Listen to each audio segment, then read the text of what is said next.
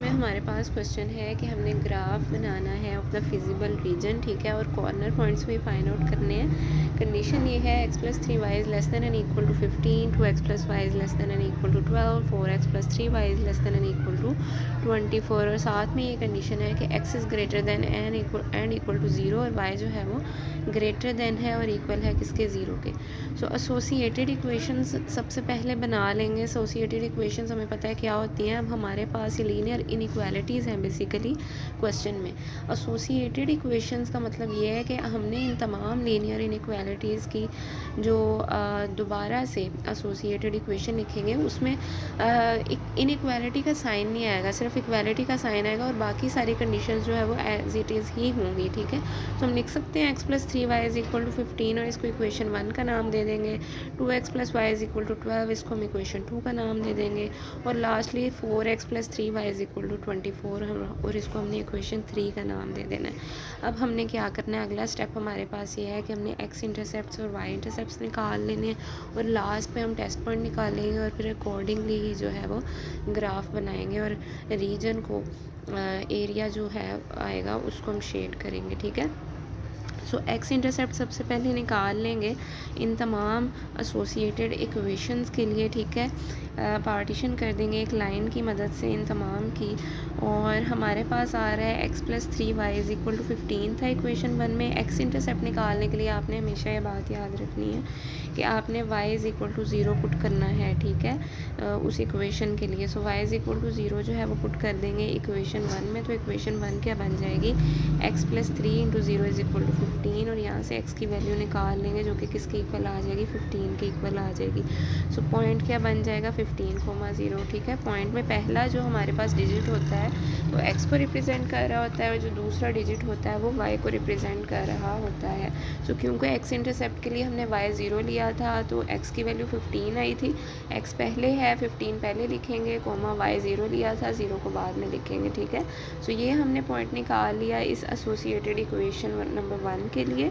उसके बाद में हमारे पास है इक्वेशन नंबर 2, उसके लिए भी इसी तरह से जब हमने y को 0 पुट किया तो इक्वेशन 2 क्या बन गई, 2x+0 इज़ इक्वल टू 12। तो यहाँ से हमने x की वैल्यू निकाल ली, किसके इक्वल आ गई, 6 के इक्वल आ गई। तो पॉइंट क्या बन गया, 6,0, y 0 है, x 6 है तो 6,0। उसके बाद लास्ट पे है 4x+3y इज़ इक्वल टू 24। यहाँ पे भी y 0 लिया हुआ है तो क्या बन जाएगा, 4x+3 into 0 is equal to 24। यहाँ से x की वैल्यू निकाल लेंगे तो किसके इक्वल आ जाएगी, 24/4 दैट इज़ इक्वल टू 6। तो पॉइंट क्या बन जाएगा, 6,0, ठीक है। अब यहाँ से y इंटरसेप्ट की तरफ आ जाते हैं। ऑब्वियसली जब हमने x इंटरसेप्ट निकाला था तो y 0 लिया था, y इंटरसेप्ट निकालेंगे तो x क्या करेंगे, 0 लेंगे, ठीक है। पुट कर देना है x is equal to 0 in the equation 1, 2 and 3 respectively. तो वो जब हमने x को 0 लिया तो इक्वेशंस क्या बन जाएंगी, 0+3y इज़ इक्वल टू 15। यहाँ से y की वैल्यू निकाली तो 5 आ गई सबसे स्क्रीन की लेफ्ट हैंड साइड पे, ठीक है। इसको डिस्कस कर रहे हैं तो पॉइंट क्या बन जाएगा, ऑब्वियसली x 0 लिया था, x पहले आता है, 0,5 आ जाएगा।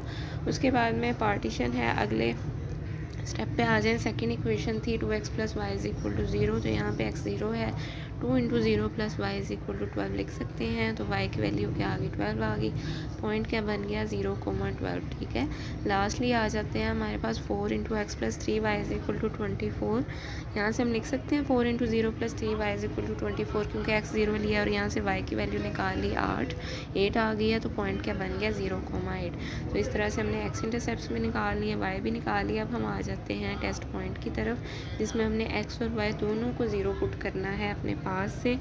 और हमने क्या करना है कि कोई भी एसोसिएटेड इक्वेशन नहीं लेंगे, सिंपली हमने इनइक्वालिटी लेनी है। जितनी भी इक्वेशंस थी हमारे पास लीनियर इनइक्वालिटी की, सबसे पहले उनकी एसोसिएटेड इक्वेशंस ली थी, उनको डिस्कस किया था, यानी कि इक्वालिटी के साइन के साथ। अब हमने उन्हीं लीनियर इनइक्वालिटीज़ को कंसीडर करना है, लेकिन सिर्फ इनइक्वालिटी के साइन के साथ, ठीक है। इक्वल टू का साइन जो है उसको निकाल देना है, तो क्या बन जाएगा,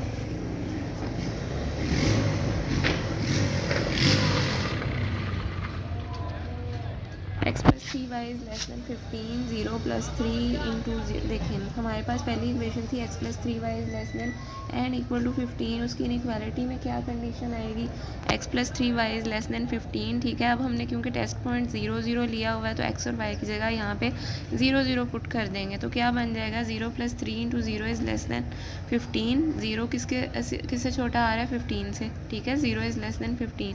अब ये स्टेटमेंट क्या है, ये तो ट्रू है क्योंकि 0 ऑब्वियसली 15 से छोटा ही होता है तो स्टेटमेंट तो ट्रू है। दैट मीन्स के graph of the inequality x plus 3y is less than and equal to 15 जो है वो क्या होगा, will be towards the origin side. अगर आपके पास टेस्ट पॉइंट में क्लैरिफिकेशन हो जाती है और स्टेटमेंट ट्रू आ जाती है, यानी कि 0 15 से छोटा है, for example 0 is greater then 15 आ जाता तो क्या होना था, स्टेटमेंट फॉल्स हो जानी थी ऑब्वियसली, क्योंकि 0 तो 15 से बड़ा नहीं होता। उस केस में और जो है वो ग्राफ में हमने क्या करना था, एरिया को दूसरी साइड पे हमने शेड करना था, ड्रॉ करना था, तो वो एक अलग एस्पेक्ट है। हम दूसरा क्वेश्चन को जब डिस्कस करेंगे, जब स्टेटमेंट फॉल्स आएगी तो वो दोबारा से उस चीज़ को डिस्कस करेंगे। लेकिन बहरहाल यहाँ पे स्टेटमेंट जब ट्रू आ जाए, कोई भी आपके पास क्वेश्चन इस तरह का आता है और आप टेस्ट पॉइंट वाले फेज़ पे पहुँचते हैं और आपके पास स्टेटमेंट ट्रू आ जाती है, तो ग्राफ ऑफ दैट इनइक्वालिटी जो है वो will be towards the origin side, वो ओरिजिन साइड की तरफ बनेगा, ठीक है। अब हम क्या करते हैं, पुट कर देते हैं 0,0 यानी कि x और y दोनों की वैल्यूज़ को 0 0 पुट कर देते हैं in the second inequality 2x plus y is less than 12, ठीक है। इक्वालिटी का साइन नहीं लगाना, x और y की वैल्यू की जगह 0 0 डाल दिया तो क्या आ गया, 0 is less than 12। That is again true statement obviously, क्योंकि 0 जो है वो 12 से छोटा होता है, ठीक है। स्टेटमेंट ट्रू है, दैट मीन्स कि graph of this inequality will also be towards the origin side, ठीक है। उसके बाद आ जाते हैं लास्ट पे, हमारे पास था 4x प्लस, लास्टली है कि हमारे पास 4x plus 3y is less than 24। Again यहाँ पे भी x और y को 0 पुट करेंगे तो 4 into 0 plus 3 into 0 is less than 24 आ जाएगा, ठीक है। 0 is less than 24, that is again A true statement, ठीक है। ये भी ट्रू हो गई है स्टेटमेंट। दैट मीन्स कि इस इनइक्वालिटी का ग्राफ जो है वो भी बनेगा towards the origin side obviously. अब हम आ जाते हैं ग्राफ की तरफ, ठीक है। ये हम आ चुके हैं ग्राफ की तरफ। ग्राफ हमें बनाना आता है simply x dash y dash, right side पे x की पॉजिटिव वैल्यूज़ होती हैं, x डैश वाली साइड पे लेफ्ट साइड पे x की नेगेटिव वैल्यूज़ होती हैं, अपर साइड पे वर्टिकल साइड पे y की प्लस वैल्यूज़ होती हैं, पॉजिटिव वैल्यूज़ होती हैं और नीचे वाली साइड पे जो है वो y की नेगेटिव वैल्यूज़ होती हैं। अब हमने तमाम के तमाम पॉइंट्स जो हैं वो बना लिए हुए हैं, निकाल लिए हुए हैं, ठीक है। उन पॉइंट्स को सिंपली हमने क्या करना है, हाईलाइट करना है, ठीक है। अब हमने उन पॉइंट्स को हाईलाइट करना है। अब आ जाते हैं पॉइंट्स क्या क्या आए थे हमारे पास, 0,5 0,12 0,8 ये 3 पॉइंट्स आए थे, ठीक है। अब यहाँ पे आके हम क्या करते हैं कि ये जो 3 पॉइंट्स आए थे, अब 0,8 पे फॉर एग्जांपल हम आ जाते हैं तो 0 जो है वो x की वैल्यू है, ठीक है। ओरिजिन साइड पे है 0 और 8 किसकी वैल्यू है, प्लस में है और ये y की वैल्यू है। दैट मीन्स कि ऊपर की तरफ आप ग्राफ को देखें तो ये ग्राफ के अपर साइड पे आप आ जाएं, जहाँ पे y की पॉजिटिव 8 वैल्यू आ रही होगी और ओरिजिन लाइन पे आ रही होगी, वहाँ पे आपने इस पॉइंट को हाईलाइट कर देना है, ठीक है। उसके बाद 0 12 आ रहा था तो उसको भी इसी लाइन पर थोड़ा सा ऊपर जाके आपने हाईलाइट कर देना है, क्योंकि 12 y की मुस्बत वैल्यू है और 0 लाइन पे ही है, ठीक है। उसके बाद में 0,5 था, वो भी इसी लाइन पे नीचे आपने 5 वाले पॉइंट पे y की जगह पे हाईलाइट कर देना है। अब आ जाते हैं हमारी दूसरी वैल्यूज़ पे,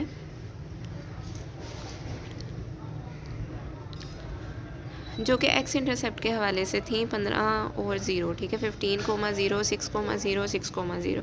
अब इन तीनों वैल्यूज़ को हमने हाईलाइट कर लेना है, ये हॉरिजॉन्टल साइड पे बनेंगी, ठीक है। एक तो ये आ जाएगी हमारे पास 15,0, क्योंकि 15 एक मुस्बत वैल्यू है, प्लस वैल्यू है, पॉजिटिव वैल्यू है, तो x की वैल्यू है पहले आ रही है। दैट मीन्स के राइट साइड पे इसका जो है वो पॉइंट बनेगा x की हॉरिजॉन्टल लाइन पे, और 0 जो है ऑब्वियसली 0 लाइन पे ही जाएगा। सो 15,0 जहाँ पे 15 आ रहा होगा x की प्लस साइड पे, राइट साइड पे, वहाँ पे आपने इस पॉइंट को हाईलाइट कर देना है। उसके बाद में 6,0 आ रहा था, इसी लाइन पे आपने x की प्लस 6 वैल्यू ढूंढनी है और 0 लाइन पे ही है क्योंकि, तो और वहाँ पे आपने इसको हाईलाइट कर देना है। That is indicated by a into 6,0। सही है जी। इसके बाद अब आ जाते हैं कि जो तमाम पॉइंट्स हैं अब उनको हमने आपस में मिलाना किस तरह से है। ठीक है, मिलाने के लिए आपने सबसे पहले क्या करना है कि जो उनसे आपकी फ़र्स्ट लाइन है, अब आप स्क्रीन्स पर देख सकते हैं कि नंबर 1 से हाईलाइट किया हुआ है, सर्कल में 1 लिखा हुआ है। आप लोगों ने क्या करना है, ये वाली लाइन जो है ड्रॉ करनी है। पॉइंट C इंटू 0,5 को आपने मिला देना है एक्स लाइन पे 15,0 के पॉइंट के साथ। ठीक है, और आपने सेकंड जोन सा है हमारे पास वो है 0,12 वाला पॉइंट, इसको आपने किसके साथ मिला देना है, इसको आपने 6,0 के साथ मिला देना है। और लास्टली हमारे पास जोन सा आ रहा है पॉइंट 3 पे 0,8 वाले पॉइंट को भी आपने किसके साथ मिला देना है, 6,0 के साथ मिला देना है। सो बेसिकली हमने क्या किया है, एक्स इंटरसेप्ट्स और वाई इंटरसेप्ट्स के जो तमाम पॉइंट्स आए थे उनको हमने आपस में मिला दिया है। फर्स्ट इक्वेशन को फर्स्ट इक्वेशन वाले पॉइंट के साथ, सेकंड जो है उसको सेकंड वाले के साथ, इस तरह से हमने तमाम जो है वो मिला लिए हैं एक्स इंटरसेप्ट्स और वाई इंटरसेप्ट। अब हम आ जाते हैं शेडिंग की तरफ।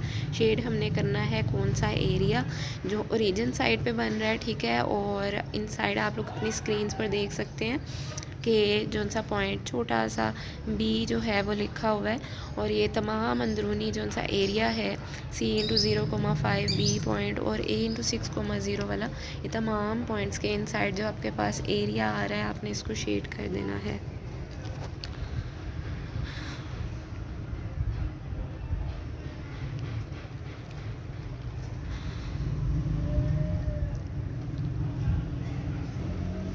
है हमारे पास कि OABC is the feasible solution region, so the corner points are OABC।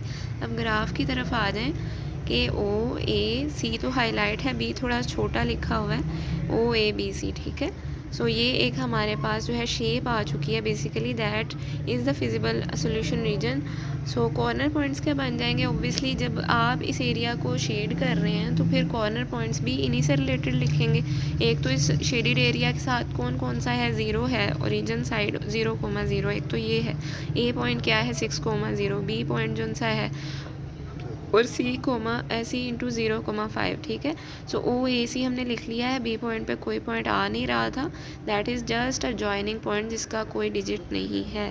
ठीक है, सो ये हमने पॉइंट्स लिख लिए हैं। To find out B solving equation 1 and equation 3, point B निकालना है। इक्वेशन 1 में से इक्वेशन 3 को माइनस कर देंगे तो क्या आ जाएगा हमारे पास, x इज़ इक्वल टू 3 आएगा, not that y is equal to 3। यहाँ पे x इज़ इक्वल टू 3 आना है। ठीक है, x is equal to -9 by -3 that is eventually equal to 3। So यहाँ से x इज़ इक्वल टू 3 आएगा, जिसको आप इक्वेशन 1 में डाल के y की वैल्यू निकाल सकते हैं। तो क्या पॉइंट आ जाएगा हमारे पास 3,4, that is the point B। और यही वो रिक्वायरमेंट्स हैं जो कि हमें क्वेश्चन में दी गई थी।